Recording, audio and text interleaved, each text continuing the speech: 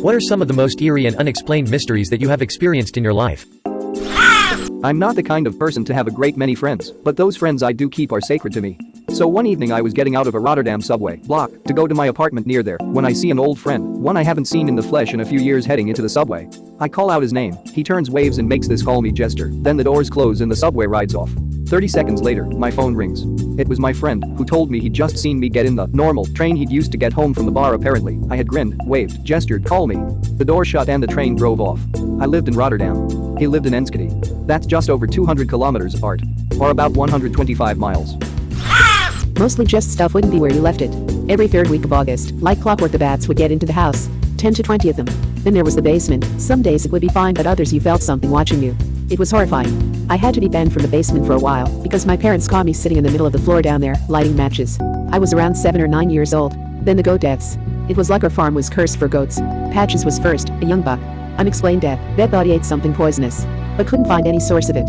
He lasted the longest at 6 months. No goat lived longer than 2 months on our farm. There was the goat that broke its neck in the stall, trying to get to the hay. We had a goat hang itself by sticking its head out of the fence and then slipping.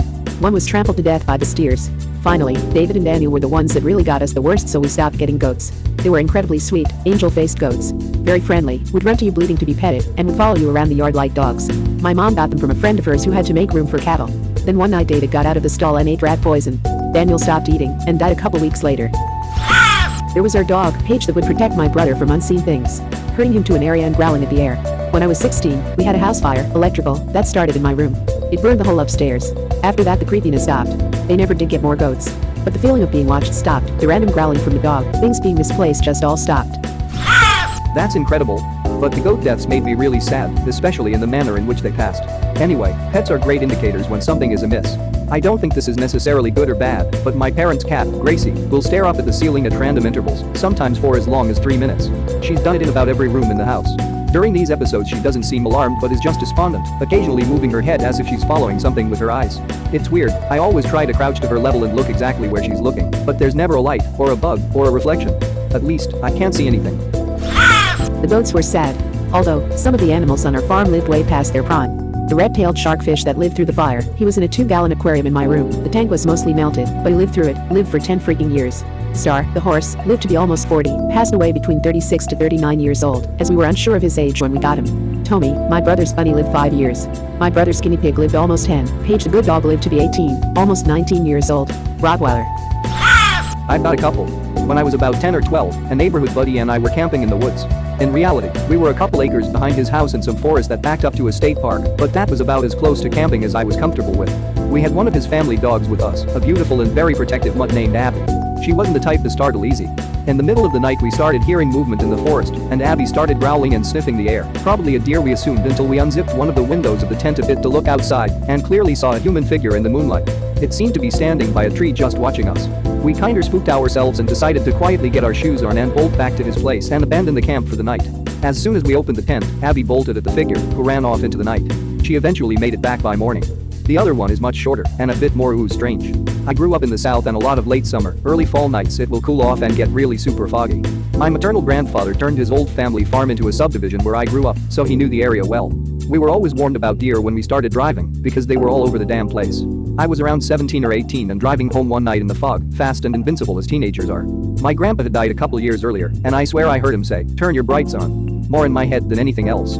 I was startled but did as I was told, and there was a group of deer crossing the road that I never would have seen otherwise. I didn't say anything about it to anyone. The next morning, outside my bedroom door, my mom had put a pack of those deer whistlers that you put on your front bumper to scare deer off. My mom had a dream where my grandpa told her to buy me some.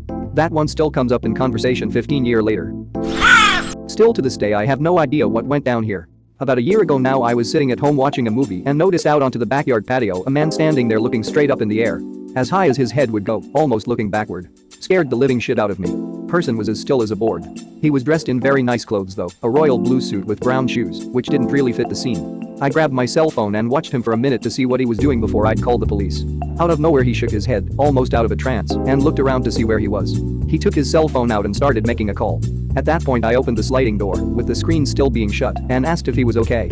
He sounded very frantic and said he doesn't know how he got there. I told him where he was and apparently he lived a few streets over. He walked out the side gate after apologizing profusely. I've seen him a few times in passing and he's seemed extremely normal, drives a Porsche Cayenne. No idea what the fuck that was about. I used to work in a crisis shelter when I was in my early 20s. We had a small walk-in room with a solid lock on it to store anything that could be misused by the residents, such as medications, cleaning chemicals, kitchen knives, etc. One night the residents had settled in to watch television while I completed some paperwork, and the door to the medication storage room swung open by itself. I thought perhaps it had not caught properly last time I closed it, so I just pulled it shut and thought nothing more of it for the next few minutes. Then it swung open again. I pulled the door shut and this time jiggled the handle several times to make sure it had caught, and got one of the residents to also test it. It was definitely locked solid. A few minutes later, it swung open again. Wanted to know out of there but was stuck on a 12-hour sleepover shift. After that it never happened again, but the residents spun a huge story about the ghost of someone who OD'd in the medication room, which became part of the shelter folklore. Okay, let me preface this by saying, I categorically do not believe in the supernatural of any kind. I'm not religious and consider myself agnostic-leaning atheist. I have no clue why this is happening. I've owned the same house for over 23 years. It began almost immediately. My spoons have been disappearing at an alarming rate. At first, I put it off to the kids. But it didn't stop even after they had moved out. I lived alone for many years and they would still vanish. I checked garbage. I've searched corners and every place where they could conceivably be and not be. I once bought 120 metal teaspoons and they were all gone within a year and a half. More than 10 per month. Oddly, the plastic spoons still disappear, but much more slowly. I will count and keep track of them, and that slows it down, but they somehow keep vanishing. My granddaughters now live with me, but it doesn't seem to be a factor. It's worst in the fall for some reason. I estimate I've lost more than 1,000 spoons somewhere in this house, and I can't find them. No, I'm not senile or crazy. Others have noticed the spoon thing here. I can't explain it and have stopped trying. I don't care if anyone believes this shit or not, but you asked and I was in the mood to type it out. I just counted. I'm down to 7 spoons, 3 teaspoons and 4 tablespoons. 3 teaspoons missing since I last checked sometime last month. You have a raccoon living in the walls of your house. I'm dead serious. They're like rats. Can squeeze through any opening they can just make. And they steal because, like crows, they are extremely intelligent and value shiny things, and they can identify and associate objects by shape. The plastic might intrigue them because it is a solid but transparent object. Check thoroughly around the property and under your house if you can. There might be a hoard of silverware stashed away. We had raccoons in our shed one year. Damn boogers like taking my wrenches and any nails, nuts, screws, washers, etc. left lying around. When I was 6, my grandparents took me to this Christian youth revival type event. There were skits about resisting the devil, sing-alongs for Jesus, gymnastic exhibitions for Jesus, guys in karate gear breaking boards for Jesus, things like that. In between the acts the presenters would give small speeches about how important God is and how the devil's agents were among us, waiting to harm us. One thing stuck with me because it was really grim. He told of how Satanists were kidnapping people and eating them. Police just across the border had found a hell house, and in that house was a witch's cauldron filled with human body parts, coming from a young man who had been taken right off the streets. The boy had been kidnapped, tortured, and murdered, then made into a stew that the Satanists ate to give them magic powers, the presenter told us kids. This was the summer of 1988. Years later, curious, I looked up the incident. A student named Mark Kilroy had, in fact, been kidnapped, tortured, murdered, and put in a cauldron by a cult leader and his followers in order to give them immunity from the police and other cartels. All the details fit, except that this happened in March of 1989, the year after the youth revival. How did the presenters know about the murder? Were they talking about another murder? Or did I end up in a Christian-themed time slip? I asked my grandmother about it. She said she had no idea what I was talking about and denied ever taking me to a youth revival. All these years I've never been able to explain it. I used to be on a search and rescue patrol. We got a very strange call one night. A loud car crash in the middle of a rural area was reported by a nearby resident, but when emergency workers showed up, the victims were nowhere to be found. So we showed up to the scene and at the end of a very long dirt road, there was a 90-degree turn with an embankment. The car was clearly going at a very high speed, missed the 90-degree turn, hit the embankment, flew through the air, and the front of the car hit the ground so hard it gouged out a pretty sizable hole upon impact. The windshield showed 2 shattered impact zones where the passengers' heads hit, covered in blood and hair. There was more blood in and around the car. The scene was gruesome and didn't look like a survivable crash, especially given the mangled condition of the car. We expected to find bodies nearby. Police dogs, firefighters and now an entire search and rescue party was not able to locate the victims after several hours. As night set in it began to get more and more eerie. There was this horrible looking car crash but no bodies to be found. Finally, after about 3 hours of searching, there was a 911 call that came in.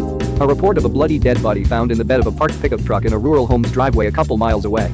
Apparently a family was coming home from a vacation, and when they pulled into their driveway, they noticed a body and immediately called 911. So 2 police units dispatched from the search to respond to the call. We all assumed this would be the end of the story. Well, the police showed up to the house and to everyone's surprise, no body to be found. Somehow the body had vanished. There was blood, but no sign of anything else. So a second search radius started from that house. We searched practically the whole night. We're called back the next morning, and nobody ever found the bodies. We eventually called the search off. To this day I have no idea what happened. Okay, so me, my 12-year-old brother and my dad visit Pakistan to see some relatives. This was my first ever trip to Pakistan as I'm from the UK, and so everything came as a shock to me, but the most chilling thing I have experienced was during this trip. We all go to a family member's house, and me and my younger brother decide to go upstairs alone and just explore the house, as we had been there for 3 hours, and were bored. I think I need to explain that my brother is always joking, never serious for a single second, and this is the only time I have ever seen him show such dread and fear in my life. We go up the stairs and down the hallway where there is a completely pitch dark room which I am currently walking towards, and I look back and see him frozen on the stair steps just staring at the room in horror. Me being confused, I ask what's wrong, and he says something coming from a joker like him, sent chills down my spine. This whole place isn't right, there is so much pain and suffering here, and then he ran back downstairs not saying a single word until we left that house. When I asked him he just kept saying that house is fucked. I'm not going back, there's something wrong with that family. 7 years later, I get the full truth after my dad reluctantly told me the story, and this makes everything 1,000 times worse. The house used to belong to a guy who raped his daughter who had severely disabled triplets, and when this happened, he murdered them all and threw himself in front of a moving train. There is no way my brother could have lied, faked or even knew about the story, considering neither of us can speak the language, and he still says that his whole body told him to stay away from the upstairs, and had terrifying thoughts just looking at the room. He's the type of person if he was lying to just admit he was lying 2 minutes later, just so he can laugh in your face, so the fact that he was sensed about the history and his reaction is just unexplainable how he knew that. Oh my god, everything about old houses in Pakistan gives me the fucking creeps. I visited 2 when I was 10 and then 19, and I swear I heard an old lady laugh once when I woke up alone. Also, the bathrooms are creepy as fuck. Anytime I have to use the bathroom at night, I just hold it until morning, lol. My relatives have pretty big houses with courtyards, and in order to go to the bathroom, you have to go outside to the courtyard area and then walk to the bathroom on the other side of the property. It's so scary because there are so many trees in the courtyard, and Islamic folklore talks about jinns being in trees, lol. I'm not religious, but my ass is staying away from all jinn-related things. Laughing my ass off. Never going to that country again. When I was around 9 or 10, my best friend lived next door to me. I'd stand on my fence in my backyard to talk to her over her fence while she ran around and played and whatnot. She has a little sister who is 5 years younger than us who would ask me to stand on my fence and talk to her sometimes too. That would make her around 4 at the time. That day I was out there talking with the little sister. She paused her story and waved with a big smile to a garden in my yard that was behind me, the garden that houses my dad's urn, and started talking away to someone. I turned, but I didn't see anyone and asked her about it, and she said the man with the mustache, blue hat and a red shirt sitting on the bench waving was talking to her. By this point I was shitting my ass. Keep in mind she was 4 or 5 years old, and, her parents being very sheltering and restricting, we had never mentioned to her why I didn't have a dad, and she never even noticed I didn't. She didn't act scared or even fazed in the slightest and dropped it as if there was just someone there, and she didn't think anything of it. Any picture I have of my dad is that exact description, and we still have the red shirt he went to the hospital in before he died. She's a teenager now and doesn't remember it, but I ran into my house and told mom so fast, and now it's regularly brought up in our family. Definitely made me rethink everything. One day my mother came and picked me up from kindergarten. We lived in a small town called Sentinel, Oklahoma. When we arrived home, my mom opened the side door which went directly into the kitchen. Once we stepped inside, we both froze. There in the kitchen counter was a butcher knife that had been buried into the counter a good inch, with a note under it. When my mom tore the note away and read it, she turned pale, and we noped out of the house real quick. To this day, I'm 41, she won't tell me what it said. Edit. Talk with my mom, she was about to go to bed. But tomorrow she wants to have lunch and she said she will tell me then. Edit 2. I'm not sure how to respond here. I am really surprised at this response. This event has been in the lost and found bin in my mind. Thanks for all the excitement. Final update. Decided to just go over to my mother's this morning on my way to work. This is what she said. When I grabbed the note and opened it said, "Please fix the window in your kid's room." I couldn't get it to open last night. She said the words were written in smeared red ink and had a frowny face at the end. She also said that the window above the sink had been open, and that's how they got in. No one ever figured out who it was or why. Totally explains why I had moved into my dad's house in Oklahoma City just a few days later. She said that was the last weird thing that happened there. She never told me because first, you don't tell a kid that. Ever.